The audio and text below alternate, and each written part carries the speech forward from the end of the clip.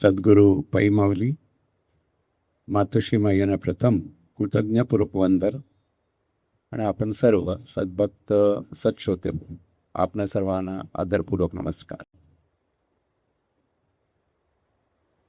आपल्या प्रत्येकाचं जीवन असं जे आपण म्हणतो, तर जीवन म्हणजे विचार करणं म्हणजे जीवन जगणं असा एक भाग आहे की प्रत्येकजण आपण जीवन जगत असताना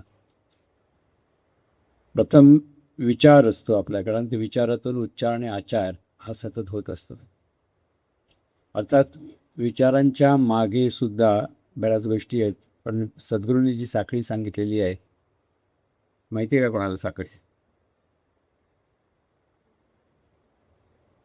विचारांची साखळी सांगितली कोणाला माहिती आहे?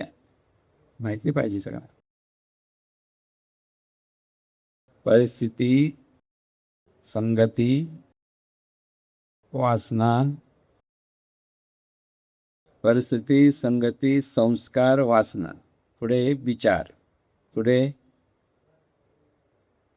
आचार, सवयी, स्वभाव आणि नशीब.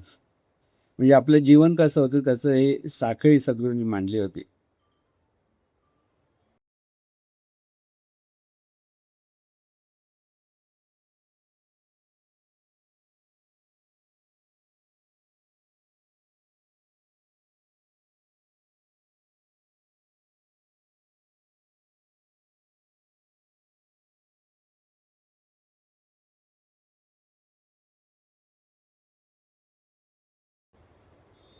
तर परिस्थिती, संगत, कारण जशी परिस्थिती तशी त्या परिस्थितीची संगत आपल्याला लागत असते.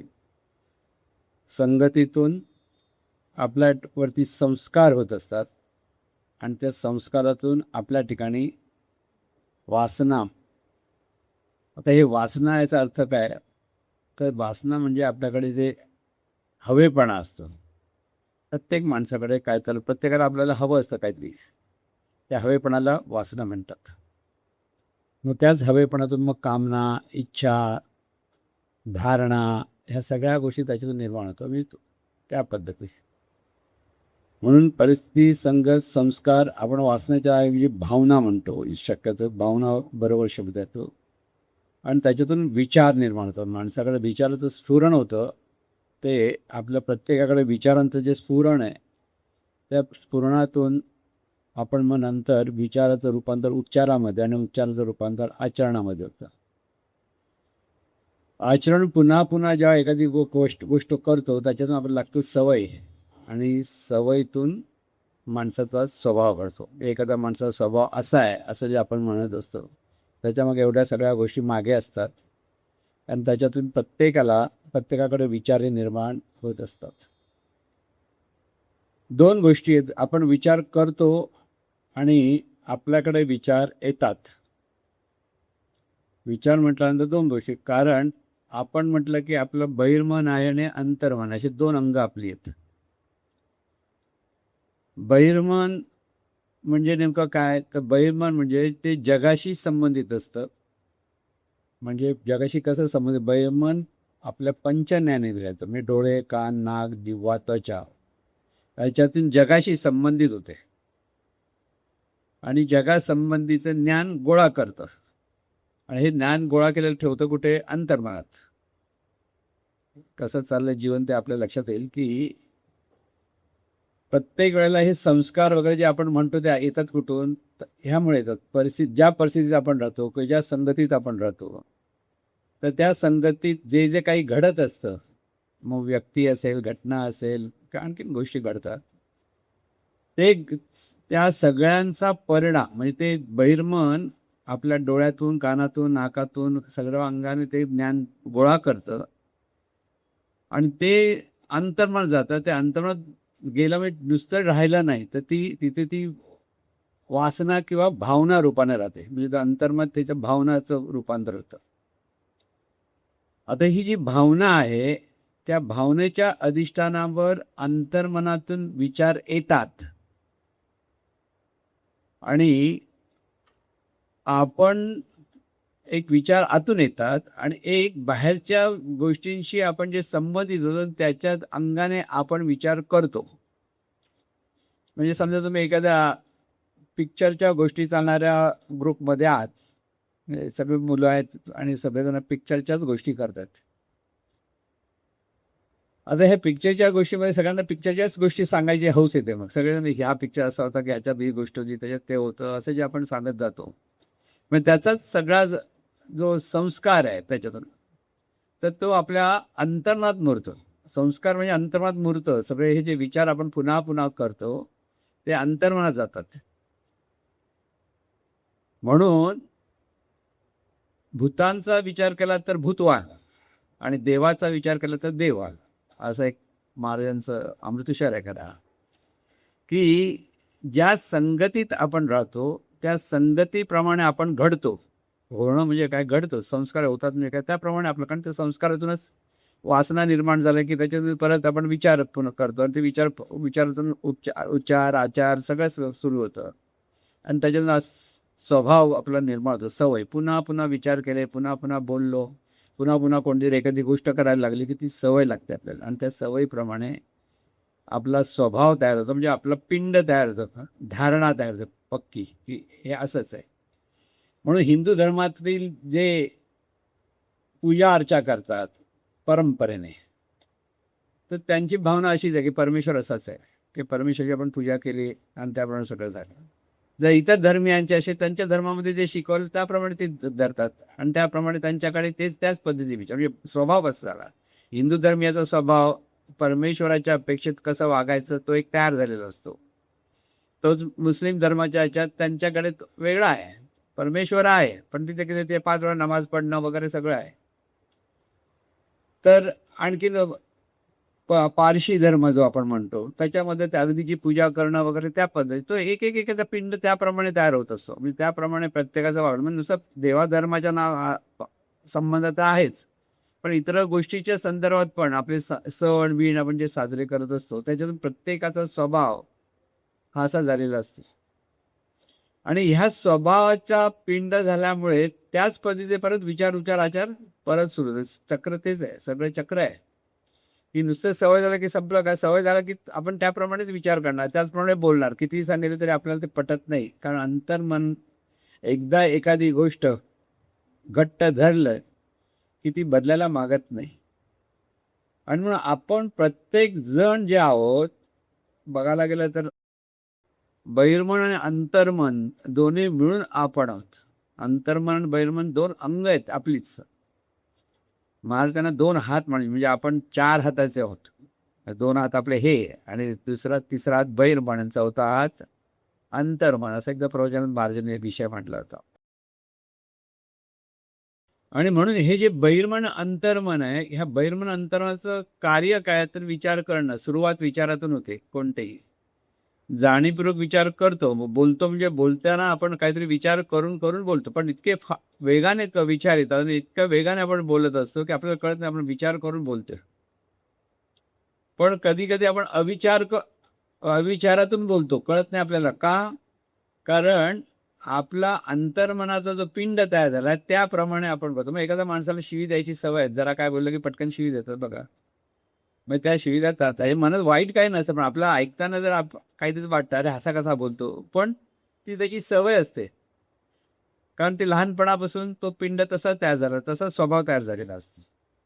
आणि म्हणून हे सगळं विचार आहेत आणि ह्या विचारातून आपलं जीवन घडतं परत. म्हणजे नुसतं इथे आल्यावर थांबत नाही, हे पुन्हा आपण विचार आचरण करायला लागतो, म्हणजे आपलं कर्म करायला लागतं. कर्म म्हणजे विचार आचार तिन्ही मिळून जे आहे ते कर्म. त्या कर्मातून परत आपल्याकडे पुण्य आणि पाप निर्माण होतं. त्या पुण्य आणि पापातून आपल्याला नियती वाटायला येते, शुभ नियती किंवा अशुभ नियती. ती शुभ अशुभ नियती नाही वाटायला आली, म्हणजे त्यावेळेला नाही त्याचा परिणाम आला, तर ती संचितात जाऊन बसते. आता संचितात राहिल्यानंतर काही काळानंतर परत ते पुण्य प्रगट व्हायला लागतं परिस्थिती रूपाने, त्याला आपण प्रारब्ध म्हणतो. म्हणजे आपलं हे जीवनचक्र कसं आहे, विचार म्हणता त्याच्यातून पाप पुण्यातून पाप पुण्यातून नियती, नियतीतून शुभाशुभ नियती, किंवा शुभ नियती वाट्याला आली की त्याला आपण नशीब म्हणतो. जे वाटायला पडतं हे आमच्या नशिबात आहे असं जे म्हणतो ते नियती वेगळी आणि नशीब वेगळं. नियतीमुळे नशीब होतं. नशीब वरून कुठून पडत नाही तर आपल्या कर्मातून घडतं.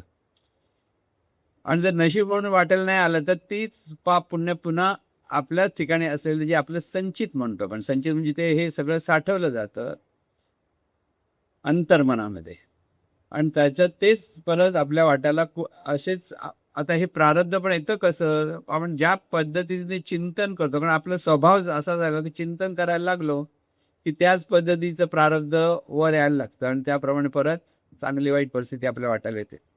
आपल्याला कळत नाही हे कसं होतं, पण हे चक्र आहे. ह्याला म्हणा जीवनचक्र म्हणायला काही हरकत नाही.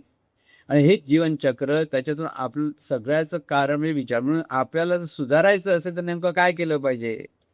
आता आपण बिघडलेलं असं आपल्याला वाटत नाही ती वेगळी गोष्ट, पण आपल्याला सुधारायचं असेल तर विचाराला धरावं लागतं. विचार सर्वात महत्त्वाचं म्हणजे सुदर्शन चक्र आहे ते विचार म्हणजे. चांगले विचार जाणीवपूर्वक आपण करायला लागलो की सगळं चक्र बदलायला लागतं. विचार चांगलं करायला की उच्चार चांगले होतात, उच्चार चांगलं आचरण चांगलं होतं, आचरण चांगलं झालं की सवयी चांगल्या होतात, सवयी चांगल्या की स्वभाव चांगला होतो, स्वभाव चांगला ते कर्म चांगलं झालं म्हणून कर्माचं चांगलं पुण्यही निर्माण व्हायला लागते. ती पुण्य पुन्हा आपल्याकडे येऊन त्याच्यातून शुभ नियती निर्माण होते किंवा शुभ प्रारब्ध वाटायला येते.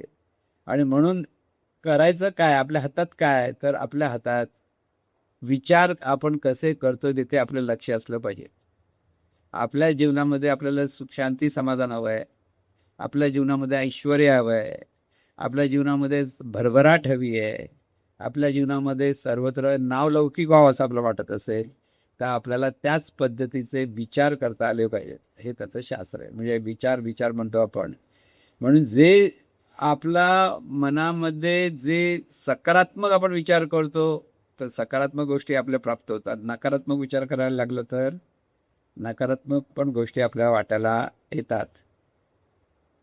म्हणून इथे सकारात्मक नकारात्मक म्हणत असताना महाराजांचं एक असं वाक्य आहे की ही जी संस्कृती म्हणून जे आपण म्हणतो ना तीच माणसाला नकारात्मक विचार करायला लावते. ती खरी संस्कृती नव्हे, सुसंस्कृती नव्हे खरं सांगायचं म्हणजे. आपण लहानपणापासून जी संस्कृती म्हणून आपण आपली हिंदू संस्कृती वगैरे काय म्हणतो आपण त्याला तर हिंदू वगैरे नाव देतो, पण लहानपणा तीच संस्कृती आपल्याला नकारात्मक गोष्टी जास्त करायला शिकवते. तुम्हाला कशी शिकवते की तुम्ही लहान असता तर आई आधीच सांगते बघा इथे सरळ तिथे बागुलबुवा आहे. आपल्याला प्रत्येक कुठं काळोख दिसलं की भीती वाटायला लागते की बागुलबुवा आहे. म्हणजे मनामध्ये भीती निर्माण केली. कधी पडला तर जमिनी आले मार मार त्या जमिनीला, पडलास तू आणि तो पडला आणि जमिनीला कशाला मारायला पाहिजे.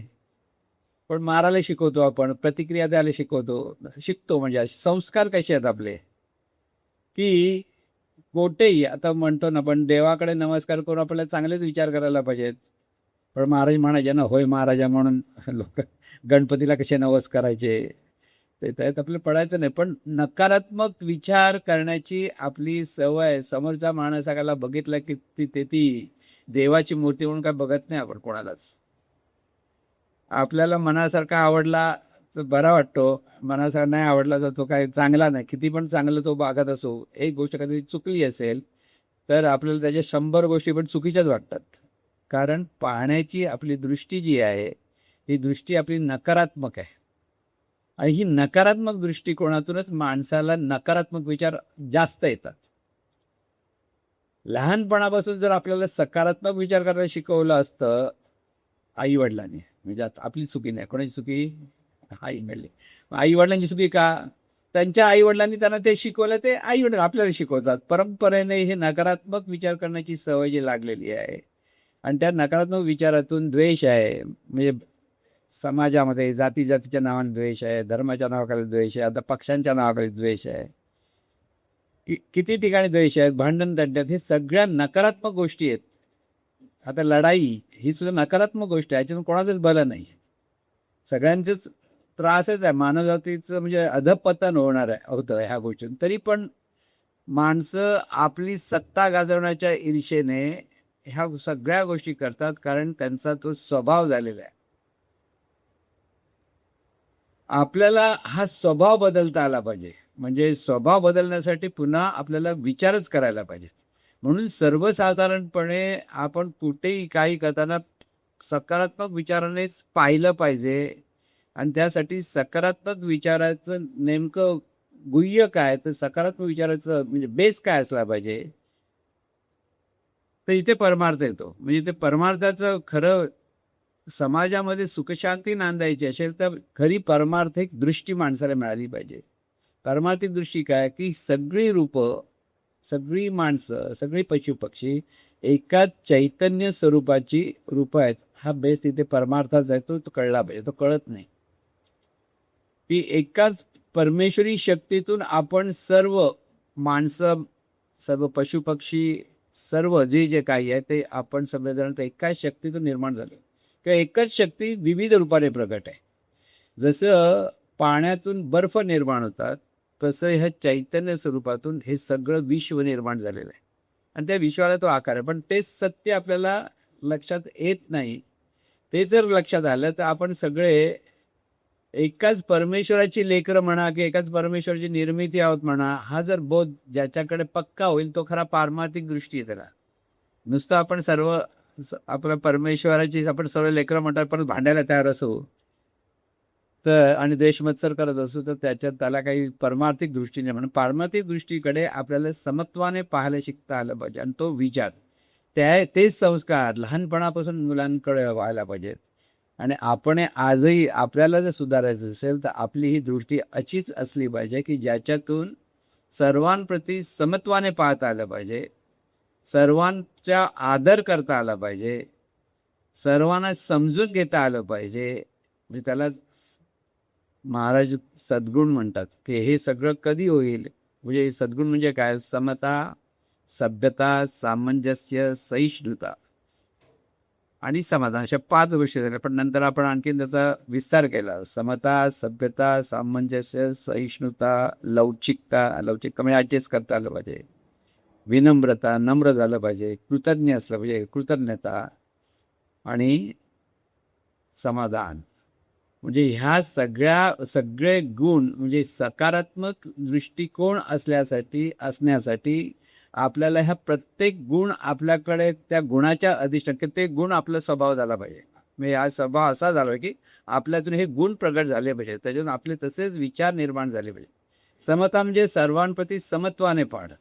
श्रेष्ठ कनिष्ठ हा बोध आपल्याकडे सतत असतो. तो श्रेष्ठ आहे, हा कनिष्ठ आहे, तर तो बोध भेदभाव हा आपल्याकडे सतत, म्हणजे इथे भेदभावही असता कामा नये. सर्व माणसं म्हटल्यानंतर सर्व परमेश्वराचीच लेकरं म्हटलं किंवा परमेश्वरी निर्मिती म्हटल्यानंतर ते भेदभाव असायचं काहीच कारण नाही आहे. पण ती मुळातच आपल्या लहानपणापासून ते मुरलेलं आहे. दुसऱ्या धर्माचा माणूस असला की आपल्याला थोडासा वेगळाच वाटतो तो. अरे माणूसच आहे, आपल्यासारखे 2 हात, 2 पाय, नाक, कान, डोळे सगळं आहे. पण आत मनामध्ये कुठेतरी इतका द्वेष असतो. पण आपण म्हणतो आपल्या मनात काही नाही, पण तरी पण आपलं वागणं तसंच असतं. हे लक्षात ठेवा. मग ही नकारात्मक दृष्टिकोन जी आहे ती समता नाही आहे आपल्याकडे. म्हणून समत्वाने जर पाहायला शिकलो, म्हणून त्यांनी प्रश्न केला की साधनेच्या वेळेला पण आधी बेसच तयार झाला पाहिजे. साधनेच्या वेळेला काय येतात नकारात्मक विचार, कारण आपल्याकडे लहानपणापासून आपला हा स्वभाव झाला आहे नकारात्मक विचार करायचा. म्हणून हेवे दावे किंवा प्रॉपर्टी, सत्ता, पैसा, ह्या सर्व गोष्टी ज्या आपल्याला हव्या असतात त्या हवेमध्ये आपल्याला वाटे कोणाला द्यायचे नसतात. बघा, एखादा श्रीमंत माणूस असेल की काही चांगली प्रॉपर्टी आहेत, गेला तर त्याची 5-6 जर मुलं असतील तर पहिला आता प्रॉपर्टीचा काय हा प्रश्न आहे सध्या. वडील गेले तर दुःख थोडा वेळ, नंतर प्रॉपर्टी कशी मिळवायची आणि कसं करायचं. असं नाही म्हणणं की आपण सगळ्यांनी वाटून घेऊया काय असेल ते.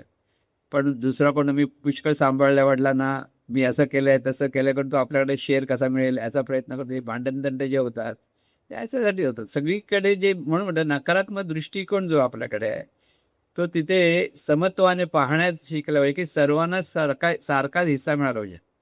आता अजूनही मुलगा आणि मुली असं ज्यावेळेला आपण म्हणत असतो तर मुलींना वारसा हक्क मिळाला पाहिजे असं बऱ्याच लोकांना वाटत नाही.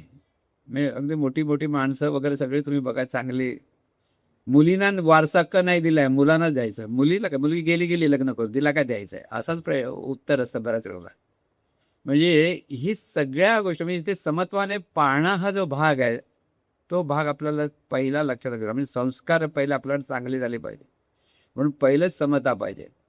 दुसरी गोष्ट आपल्याला सर्वांचा आदरपूर्वक त्याला मान देणं. मग लहान असो मोठा असो कोणी असो त्याच्याशी आदरपूर्वक बोलणं, आदरपूर्वक त्याचा सन्मान करणं ही दुसरी गोष्ट आपल्याला असली पाहिजे की आपण आदर केला पाहिजे. त्याला म्हणतात सभ्यता, सभयता. बरं तर सभयता, भयता म्हणजे तिथे त्याच्याबद्दल काही अनिष्ट विचार न करता त्याचा सन्मान करणं म्हणजे त्याचा आदर करणं म्हणजे सभ्यता असलं पाहिजे. सामंजस्य, समोरचा विचार असा का करतो आणि मी असा विचार माझा त्याचा विचार वेगळा आहे, तर दोन्ही बाजूने आपल्याला पाहता आलं पाहिजे की अमुक एखादी व्यक्ती अशी का वागते ही समजून जर घेता आलं तर आपल्याला त्याचा राग बी घेत नाही. उदाहरण दिलं की तुमच्या लक्षात आहे. एका मुलाला एक माणूस रस्त्यामध्ये मारत होता. तर कोणतरी येऊन ओरडलं, "अरे लहान मुलाला काय तू मारतोस?" तर लहान मुलाला का मारतो त्यामुळे त्याने माझ्या दुकानावरचा पाव चोरला. तर म्हणा मग हा तर मार. तर तिसऱ्याने विचारलं, "ह्याने पाव का चोरला?" त्याला विचार, "तू का चोरलास?" तर माझी आई आजारी आहे आणि तिला भूक लागली होती म्हणून मी चोरला. आता बघा कसे आपले विचार बदलतात. पहिलं चोरला म्हणून राग येतो. लहान मुलगा म्हणून लहान मुलाला का मारतो म्हणून राग येतो. परत त्यांनी चोरला का त्याचं कारण सांगितलं, "अरे तो एवढ्यासाठी विचारतो त्याला कसला मारतोस?" म्हणजे ही सामंजस्य वृत्ती असे की अमुक एखादी गोष्ट का घडते, अमुक माणूस असा का वागला, तर त्याच्या मागचे ज्या गोष्टी आपल्याला जर समजून घेता आल्या तर आपल्याला आपल्या अनिष्ट गोष्टींकडे आपण जात नाही की त्याला पॉझिटिव्हली कसं पाहायचं हे आपल्याला कळतं. लक्षात घ्या. म्हणजे उदाहरणात एक उदाहरण दिलं आपल्याला. म्हणून समता, सभ्यता, सामंजस्य, सहिष्णुता. प्रत्येक आता सगळ्यांचंच वागणं आपल्याला सहन होत नाही. आता सहन होत नाही तर मग मी कुडपकरांची गोष्ट नेहमी सांगतो. कुडपकर मोठ्याने प्रार्थना म्हणायची. ते एकदा बसमध्ये बसले होते. मोठ्याने, "हे ईश्वरा देव सर्वांना चांगली बुद्धी दे." मोठ्याने म्हणत होते. तर बाजूचा माणूस बसला, तो उठला आणि दुसरीकडे जाऊन बसला. तो म्हणाले, "हा माणूस बाजूला उठला गेला कशाला? एवढी मी प्रार्थना म्हणतो तर त्याने पण त्याला आवडली पाहिजे होती ना. पण तुमचा आवाज आवडला नाही त्याचं काय?" आपला आवाज किती लोकांना सहन करता येईल ते तरी आपल्याला लक्षात आलं पाहिजे. म्हणजे ह्या गोष्टी ज्या आपण म्हणतो ना सहिष्णुता, की प्रत्येक काही लोकांना ते सहन होत नाही. पण आपल्याला मात्र ह्या गोष्टी सहिष्णुता असली पाहिजे, की काही गोष्टी आपल्याला सहन करता आल्या पाहिजेत, की किंवा त्या समजून घेता आल्या. म्हणून समता, सभ्यता, सामंजस्य, सहिष्णुता. लवचिकता, लवचिकता म्हणजे अगदी कुठेही ठेवलं ते तुम्हाला आता तुम्हाला काही लोकांना नवीन जागेत वगैरे झोप लागत नाही. कारण लवचिक नाहीत. मग त्यांना ते उशी आठवते, घर आठवतं. मग प्रत्येक ठिकाणी ॲडजस्ट होता येत नाही. बाबा तुम्ही आता पिकनिकला कुठे बाहेर फिरायला गेलं, सगळं झालं 8-10 दिवस गेले, की परत आपल्या घरची काय आठवण येते? आता घरीच आपलं बरं. सगळं आधी जाताना गेले खुशीत जाता. पण शेवटी घरी आल्यावर कसं वाटतं, "हां, आता बरं वाटलं बाबा घरी." कारण आपल्याला त्याच गोष्टीची सवय त्याच्यात आपल्याला बदलायची हौस नसते. पण आपल्याला प्रत्येक परिस्थितीमध्ये ही लवचिकता असली पाहिजे, ॲडजस्ट करता आलं पाहिजे. म्हणजे इथे दुःख कुठे होतं? या वासना किंवा भावना तयार कशा होतात? ह्या सगळ्यामध्ये जेव्हा त्याच्या विरोधात आपण जेव्हा वागतो त्यावेळेला ह्या सगळ्या नकारात्मक विचार आपल्याकडे चालू होतात. म्हणून लवचिकता असली पाहिजे. त्याच्या पुढची गोष्ट आपण सांगतो विनम्रता असली पाहिजे. समता, सभ्यता, सामंजस्य, सहिष्णुता, विनम्रता. आता ही जी विनम्रता आपण म्हणतो ती विनम्रता म्हणजे नम्र झाला भूता त्याने कोंडिले अनंत. आपल्याला नम्र होता आलं पाहिजे. नम्र का होतं कसं होणार? आपण कोणतरी मोठे आहोत हा जर प्रत्येकाचा विचार असतो तर नम्र कधी होऊ शकत नाही. तुम्ही घरात तुम्ही मोठे आहात घरात, मग तुम्ही काय नम्र होऊन बोलणार का? नाही होऊन. या बाबतीत मला उमेश पांगवांच्या आईची आठवण आली. उमेश पांगवांची आई सुनेना पण नमस्कार करायची, मुलांना पण नमस्कार करायची, लहान मुलांना पण नमस्कार करायची. नम्रता म्हणजे त्यांनी सांगितलेलं होतं की त्यांना संस्कार आहेत खरे असले पाहिजेत, की नमस्कार करायची. म्हणजे असं नाही ती लहान मी मोठी आहे म्हणून. तो जो भाग असतो की इथे सर्वांप्रती जसा आदर तसाच आपण ज्यावेळेला नम्र व्हायचं असेल तर समोरच्याला जो आपण मान देतो त्यावेळेला आपण नम्र होतो खरं सांगायचं. बोलण्याची आपली देहबोली कशी असते बघा. एखादी देहबोली बघितली कळतं ना की हा माणूस जरा स्वतःला भाव खात बसलेला आहे असं कळतं ना. ते जो एखादा नम्र असतो त्याची देहबोलीच वेगळी असते, त्याचं बोलणं वेगळं असतं. म्हणून नम्र होऊन बोलता आलं. जेव्हा नम्र असलं झालं की सगळ्यांना आवडतो. जर हुशाऱ्या करून बोलला तर समोर बोलणार नाही, पण नंतर बोलतो काय हुशारी करत होता ना, असं होतं ना आपल्याला सगळ्यांना कळतं तसं, कारण ते अहंकार असतं.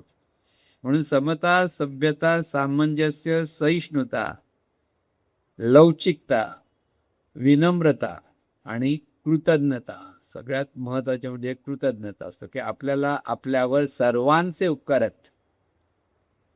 जर तुम्ही लहानपणापासून किती लोक आपल्याला भेटलेले आहेत आणि त्या लहानपणी आपल्याला कितीतरी लोकांनी कशी ना कशी तरी मदत केलेली असते आणि त्या मदतीतून आपल्याला जीवन जगताना आधार मिळालेला असतो. त्यामुळे प्रत्येकाबद्दल कृतज्ञ, आई वडिलांबद्दल कृतज्ञ असलंच पाहिजे, पण त्याचबरोबर अगदी जवळचे नातेवाईक असो नसोत पण कुठे ना कुठेतरी मदत होत असते. आणि समाजाबद्दल आपल्याला नेहमी कृतज्ञ असावं लागतं, कारण समाजामध्ये तुम्ही राहता म्हणून तुम्ही सुखी आहात. जंगलात बसला तर सुखी राहाल का? जंगलातून चालताना बघा रात्रीच्या वेळेला आणखी कोण कुठे कोल्हा ओरडला की कुठे वाघ ओरडला, कुठे सळसळ झाली, 5 मिनिटं पण तुम्ही इकडे तिकडे बघत बसाल, झोपणार पण नाही. पण आता घरी आहेत, समाजात आहात, आनंदाने राहतात, म्हणून कृतज्ञता. आणि सगळ्यात मोठं म्हणजे समाधान. ह्या सगळ्या गोष्टीमध्ये आपल्याला समाधान असलं पाहिजे, कारण प्रत्येक परिस्थितीमध्ये समाधानात राहायची सवय असेल तर माणूस स्थिर राहतो, शांत राहतो, आनंदाने राहतो. आणि हे सगळं करण्यासाठी ईश्वरत्वाचं स्मरण आपल्याला असलं पाहिजे. सगळ्यात मोठा की आपण म्हणतोय नवरत्नांचा हार आहे, त्यातला मधलं मणी म्हणजे ईश्वरत्व, की सर्वत्र ईश्वरी शक्तीच नांदते. ही सगळी जी रूपं आहेत ती चैतन्य स्वरूपाचीच रूपं आहेत, हे इतकं स्मरण झालं पाहिजे की त्यालाच ईश्वर स्मरण म्हणतात. नुसतं ईश्वराची पूजा केली, अडचणी आली की देव आठवतो म्हणतो आपल्याला. ते आनंदात असेल तर देव कमी आठवतो, मनापासून इतका हो, पण अडचणी झाल्या की आपण धावा करतो, अरे बाबा वाचव रे वाचव रे वाचव रे म्हणतो. पण सतत प्रत्येक परिस्थितीमध्ये सगळं विचार आचार आपल्या ह्या ईश्वरत्वाच्या अधिष्ठानावर असलं पाहिजे. आता हे सगळे जर गुण असतील आणि जर तुम्ही साधनेला बसलात तर तुम्हाला नकारात्मक ऊर्जा येणार नाही, लक्षात ठेवा. पण नकारात्मक नसले तरी आता महत्त्वाचं सांगतो की विचार म्हणजेच आपलं जीवन, हे सांगताना विचार हे सतत स्फुरत असतात. विचाराशिवाय जिवंत माणूस विचाराशिवाय राहू शकणार नाही. ज्याला अजिबात विचार नाही असं जर असेल तर माणूस मेलेला आहे म्हणून समजा. जो मरण पावला त्याच्याकडे विचार नसतात, पण जिवंत माणसाकडे त्याला ज्ञान असो किंवा अज्ञान असो त्याच्यातून तो काही ना काहीतरी विचार करत असते. आणि म्हणून साधनेच्या वेळेला मनाला जर आपण स्थिर करायचं असेल तर आपल्याला विचार चांगले असले पाहिजेत. परिस्थिती किंवा असेल कशी, म्हणून चांगल्या परिस्थिती निर्माण करायची असते. साधनेला जिथे बसतो आपण तिथे चांगलं स्वच्छता असली पाहिजे, आपण स्वच्छ असलं पाहिजे. तिसरी गोष्ट चांगला अगरबत्ती चांगला सुगंध लावून त्याच्यात मंद असं सुगंध असेल तर तेथे बसला तिथे शांतता असली पाहिजे. त्यामुळे बाहेरच्या विषयांचा कसलाही परिणाम आपल्यावर न होणं आणि त्यामुळे आपलं मन स्थिर राहणं, शांत राहणं हा पहिला प्रकार. म्हणून मुद्दाम एकाच जागी बसा, शांत जागी बसा, स्वच्छ जागी बसा किंवा चांगल्या दिव्यत्वाचा विचार किंवा देवाचा विचार करून बसा असं जे सांगितलं जातं ते विचार आपले चांगले होण्यासाठी असतात. का जसा आपण एक ज्या वेळेला आपण त्या परिस्थितीचा चांगला परिणाम घ्यायला लागतो त्यावेळेला मन स्थिर होतं. पण समजा तुम्ही साधनेला बसतात आणि तुमचं बेल वाजवले रूम बाहेरून दरवाजा उघडायसाठी बेल वाजला की दरवाजा ठोठावला, तुम्ही काय करणार? काय माणसात कटकट कळत पण नाही कोणाला आम्ही साधना करतोय. तुम्ही साधना कर, लोकांना कुठे माहिती असतं. पण येतात त्यावेळेस शांतपणे दरवाजा उघडा परत शांतपणे बसा, उठायला काहीच हरकत नाही. पण आपल्याला वाटतं अरे साधनेतून आपलं भंग झालं, जसं पूर्वीच्या ऋषीमुनींची साधना भंग व्हायची आणि मग ते शाप द्यायचे, तसे आपण आपल्या तोंडातून अनिष्ट विचार येतात. आणि म्हणून अनिष्ट विचार करणं हा आपला स्वभाव आहे, नकारात्मक विचार करणं हा स्वभाव आहे. आणि त्यासाठी आपण सुधारायला पाहिजे. म्हणून हे जे सगळे गुण सांगितले हे जे गुण आपल्याकडे निर्माण झाले तर ते सकारात्मक असतील आणि सकारात्मक विचार जर यायला लागले तर साधना व्यवस्थित होते. सगळ्यात महत्त्वाचं दिव्यत्वाचा विचार हा सकारात्मक विचार आहे. ईश्वराचा विचार हा सकारात्मक विचार आहे. ही सर्व जीवन ईश्वराचं आहे म्हटलं की तो सकारात्मक विचार आहे. म्हणून प्रत्येक कृती ईश्वराच्याच स्मरणात व्हायला पाहिजे म्हटलं तर तो सकारात्मक विचार आहे. म्हणजे सकारात्मक विचार कुठपर्यंत दिव्यत्वाचा विचार असला. हे सगळं जीवन दिव्य आहे. आपलं शरीर दिव्य आहे, आपलं मन दिव्य आहे. समजा प्रत्येक माणसाकडे पाहताना ईश्वरत्वच पाहता आलं पाहिजे. आणि जेव्हा हे ईश्वरत्व पाहायला लागलं तर साधनेला बसल्यानंतर सुद्धा नकारात्मक विचार येणार नाहीत.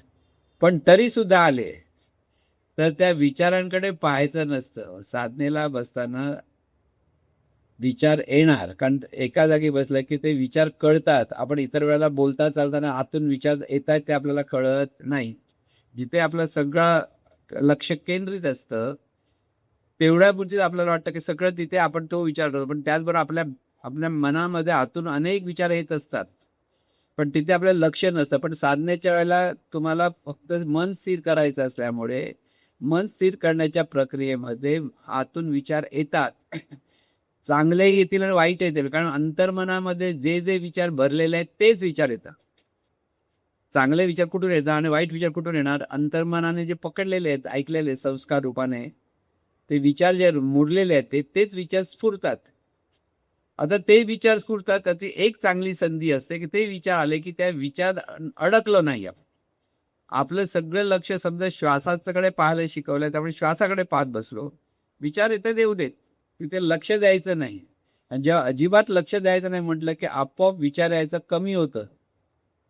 आपण जितके त्या विचारांकडे लक्ष द्यायला लागतो तितके विचार जास्त येतात. आणि त्यामुळे कसं होतं, एखादा नकारात्मक विचार आणि त्या नकारात्मक विचारामध्ये आपण व्हायला लागलो, सगळं मन त्याच्या व्हायला लागलं, साधना बाजूला गेली ही एक गोष्ट, पण तो विचार पुन्हा अंतर्मनात जातो.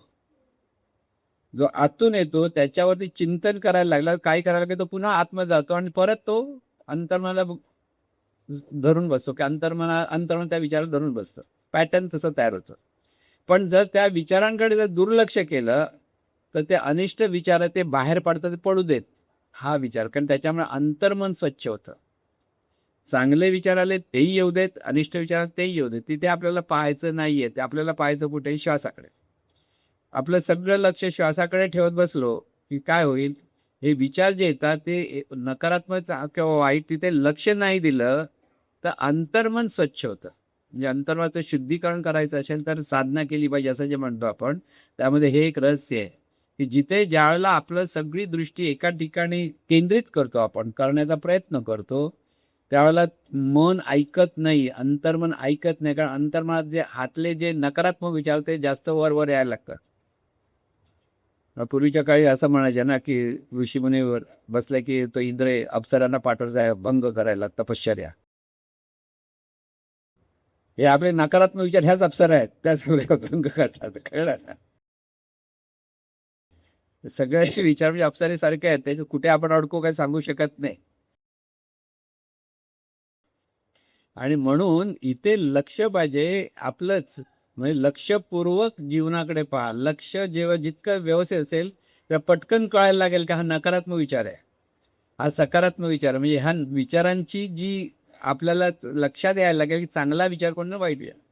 वाईट विचार येतोय की रागाचा विचार येतोय, द्वेषाचा विचार येतोय, मत्सराचा विचार, तर तो वाईट आहे हे आपल्याला पक्क कळलं पाहिजे. आणि ते कळण्यासाठी ते नको म्हणू नका, नको म्हटलं तरी येतं. तिथे लक्ष द्यायचं नाही. म्हणजे एखादा मुलगा लहान मूल असतं ते पाठी लागलाय आईच्या, मला हे हवं हे हवं, आईचं अजिबात लक्ष नाही द्या, तो विचार पाहिजे पाहिजे पाहिजे रडत गपचूप बसतो. छोटे आई कधी देणार नाही, पण रडल्यामुळे आई देणार म्हटलं तर तो आणखीन रडत बसतो. म्हणून आईने कधी द्यायचं नाही म्हटलं नाही आणि हो म्हटलं तर हो. कळलं? पण तिथे आपण जाऊ दे रडतोय घे, ती सवय लावली आपण त्याला कळलं इथे मी रडलो की मला मिळतं. आणि त्यामध्ये मुलं खूप हुशार असतात, आईला बरोबर भावनेमध्ये अडकवून टाकतात. आणि त्यामुळे ही सगळी नियोजन आपण म्हणतो आपल्या विचारांचं आपल्याला करता आलं पाहिजे. म्हणून साधनेत असा किंवा इतर कोणत्याही वेळेला कोणत्या विचारात चांगले असले पाहिजे. म्हणजे आता कळत नसेल तर प्रार्थना म्हणा म्हणून महाराज झालं प्रार्थना म्हणत बसा. म्हणजे काय होतं, सकारात्मक विचार, सर्वांचं भलं होते, सर्वांचं कल्याण होते, ऐश्वर्य मिळते, ह्या सगळ्या आरोग्य मिळते, चांगली बुद्धी मिळते, हे सगळे सकारात्मक विचार आहेत. सर्वांना हे मिळावं असं ज्या होतं ते सर्वांना मिळतं का, हा त्याचा प्रश्न. तसं मिळत नाही, पण तुम्हाला मिळतं का? कारण तुमचे विचार शुद्ध होतात म्हणून तुमचं अंतर्मन शुद्ध होते. तुम्ही जेव्हा इतरांच्या भल्याचा विचार करता त्यावेळेला जो विचार करतो आपण त्याचं अंतर्मन शुद्ध होतं, कारण तिथे सतत त्याचं भलं व्हावं, लोकांचं कल्याण व्हावं, की लोकांना सुख मिळावं, की लोकांना चांगली बुद्धी मिळावी, ह्याचा विचार जेव्हा आपण करतो तेव्हा आपल्यालाच मिळत असं, आणि आपणच आपल्यासाठी ती खरी प्रार्थना करायची आहे. पण मनापासून करायची, मनापासून सर्वांचं भलं व्हा म्हणा. तुम्ही म्हणाल जाऊन दे माझं भलं होतं म्हणून थोडं नावाला बोलेन, तसं म्हटलं तर तसं होणार नाही. तिथे अंतःकरणापासून प्रत्येकाचं भलं झालं पाहिजे. तिथे मनाचं शुद्धीकरण आहे, लक्षात घ्या. ती मोठी साधना आहे खरी.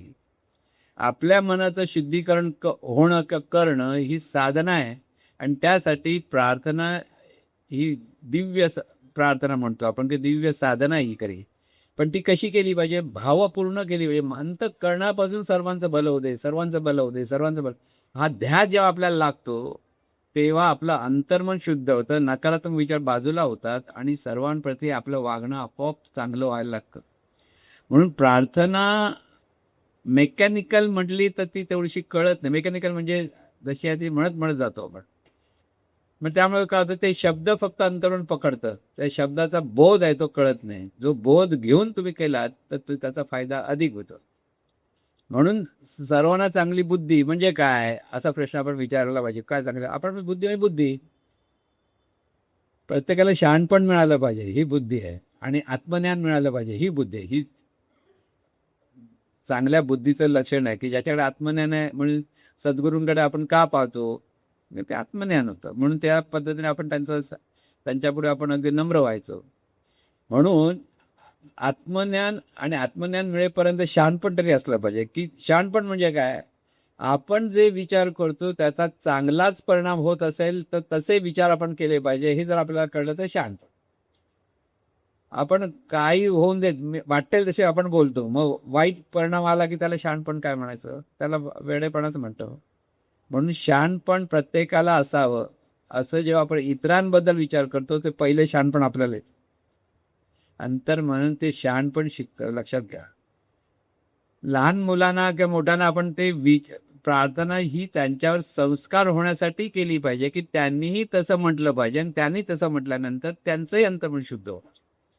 सामूहिक पद्धतीने जे प्रार्थना म्हणायची असते ते सामूहिक पद्धती म्हणताना आपण प्रत्येकजण जेव्हा दुसऱ्याबद्दल चांगलेच विचार करायला लागतो तेव्हा आपलं अंतर्मन शुद्ध होतं. हा महत्त्वाचा मुद्दा लक्षात घ्या. म्हणून आपण प्रार्थना केले सगळे सुखी होणार नाही होणार, पण त्यांनी प्रार्थना केली ते सुखी होणार. प्रत्येकाने ती प्रार्थना केली पाहिजे, आणि प्रत्येकाने प्रार्थना केली तर जग सुखी होतं असं. म्हणून महाराजांपुढे विचारायचं, तुम्ही म्हणता जग सुखी व्हावे, असा पूर्वी आपण भरपूर जोरात गाणी म्हणत, आता तर कमी झाले नकळीनं, जुनी गाणी बाजूला गेली. तर हे जग सुखी व्हावे, आणि पुढे काय सांगायचं आहे, हे राष्ट्र आमचे पुढे पुढे जावे असं म्हणा. त्यावेळेला एकाने प्रश्न झाला, असं बोलून कधी होतं काय कधी, तर महाराजांनी त्यांना तेच उत्तर दिलं की जर तुमच्या गावामध्ये गाव स्वच्छ व्हायला पाहिजे तर काय केलं पाहिजे. एक माणूस नुसता झाडू मारत बसला अख्ख्या गावाला, तो स्वच्छ होणार आहे का, नाही होणार. पण तो स्वतःचं घर स्वच्छ करतो आणि बाजूला पण स्वच्छ करत बसला तर त्याचं घर तरी स्वच्छ होतं ना. तसं गावातल्या प्रत्येकाने, प्रत्येक घरातल्या माणसाने तर घर स्वच्छ करा, आजूबाजूचा परिसर स्वच्छ करता का गाव स्वच्छ होतो. म्हणून प्रार्थना ही जी व्यक्ती म्हणते त्याचं अंतर्मन शुद्ध होतं. ती व्यक्ती सर्वांसाठी म्हणत असते, त्याच्यामुळे अंतर्मन व्यापक होतं, शुद्ध होतं. पण तेच संस्कार घेऊन जर दुसऱ्याने म्हटले, तिसऱ्याने म्हटली, चौथ्याने म्हटली तर आपोआप सगळ्यांचं अंतर्मन शुद्ध होतं, आणि तिथे खरं आपलं सर्व जग सुखी व्हायला लागेल. आज जग सुखी का नाही, की प्रत्येकाला आपलंच खरं, आपणच मोठे, आपणच श्रेष्ठ असं वाटत असते. दुसऱ्यांबद्दल आपल्याला ती आपुलकी राहिलेली नाही आहे. म्हणून इथे स्मरणच असलं पाहिजे की सगळं जीवन परमेश्वराचं आहे. माझं म्हणाल तर तिथे नकारात्मक विचार आहे, माझं जीवन आहे असं बरेच जण, कारण तिथे अहंकार येतो. जिथे अहंकार आहे तिथे नकारात्मक दृष्टिकोन असतो. की हे माझं जीवन आहे, मला पाहिजे असं मी जगेन, असं तरुण मंडळी बऱ्याच वेळेला म्हणतात. हे माझं जीवन आहे. महाराज नेहमी म्हणायचे की महाराजांची गोष्ट त्याबद्दल पण एक उदाहरण सांगितलं होतं. महाराजांची मुलगी आणि जावई बाहेरगावी होते आणि त्यावेळी महाराज तिथे गेलेले होते. त्यावेळी त्यांचा नातू तिथे तो नातू तर तिथे कसं आहे, दिस इज माय लाईफ, म्हणजे हे जीवन माझं आहे असं त्या मुलाच्या नातवाई तोंडी ऐकलं. ते महाराज म्हणाले हे काय बरोबर नाही, हे जीवन परमेश्वराचं आहे. आणि म्हणून त्या जावयाने परत भारतात आले, कारण ते माय लाईफ म्हणायला लागला की तिथं गोंधळ होईल तिकडे, कारण संस्कार तिथे तिथे प्रत्येक दिस माय लाईफ म्हणतात. हे जीवन परमेश्वराचं पण म्हणायला जात नाही. भारतीय संस्कृती म्हणून संस्कृती म्हणताना सर्वांच्या बद्दल जेव्हा हे समता, सभ्यता, सामंजस्य, सहिष्णुता जिथे असते ती खरी संस्कृती आहे. सद्गुण ज्याला आपण म्हणतो ती खरी मानवी संस्कृती, असा शब्द वापरला महाराजांना. जर संस्कारच व्हायला पाहिजे तर हे समतेचे पाहिजे, सभ्यतेचे पाहिजे, सामंजस्याचे पाहिजे. म्हणून परमार्थ म्हणजे फक्त देवासाठी प्रार्थना म्हटली की देवासाठी भजन कीर्तन केलं आणि बाहेर येऊन परत तुझा माझा करत बसले तर तो परमार्थ नव्हे, कारण तिथे मनाचं शुद्धीकरण झालेलं नसतं. म्हणून मनाचं शुद्धीकरण फार महत्त्वाचं आहे आपल्या जीवनामध्ये. म्हणजे परमार्थ करायचा म्हणजे काय, आपण आपल्या मनाचं शुद्धीकरण करायचं. म्हणून जगाला सुखी करायचं आहे, त्यासाठी आम्ही आलो आहोत. बरेच लोक आले, राम येऊन गेला, कृष्ण येऊन गेला, शंकराचार्य होऊन गेले, मोठमोठे साधू संत होऊन गेले, पण जग तसंच आहे.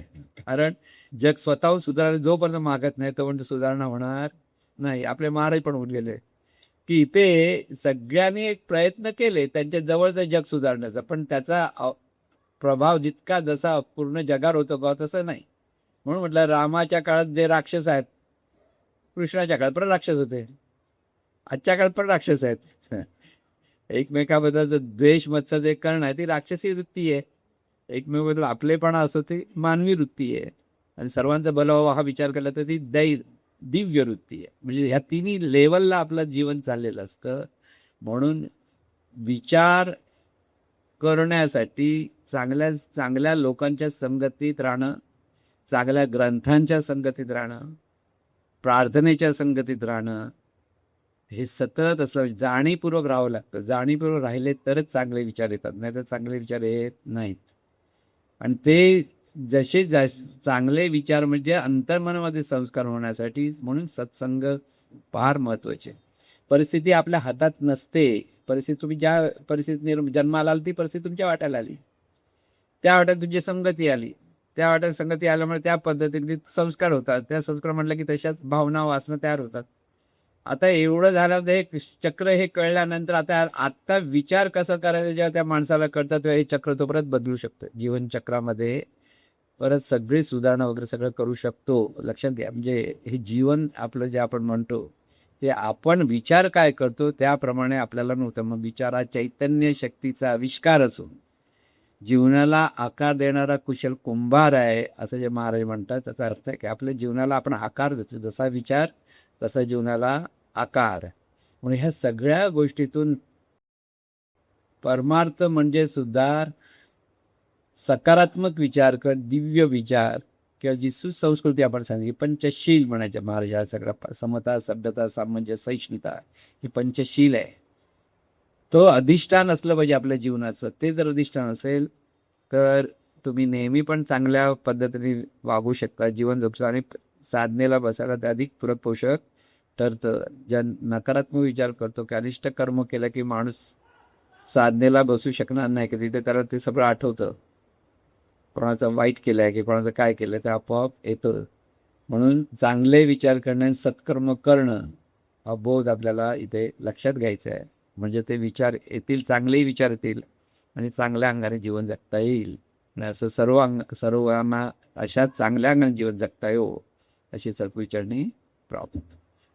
हे ईश्वरा सर्वांना चांगली बुद्धी दे, आरोग्य दे, सर्वांना सुखात आनंदात ऐश्वर्यात ठे. सर्वांचं भलं कर, कल्याण कर, रक्षण कर, आणि तुझे गोड नाव मुखात अखंड राव. सद्गुरुनाथ महाराज की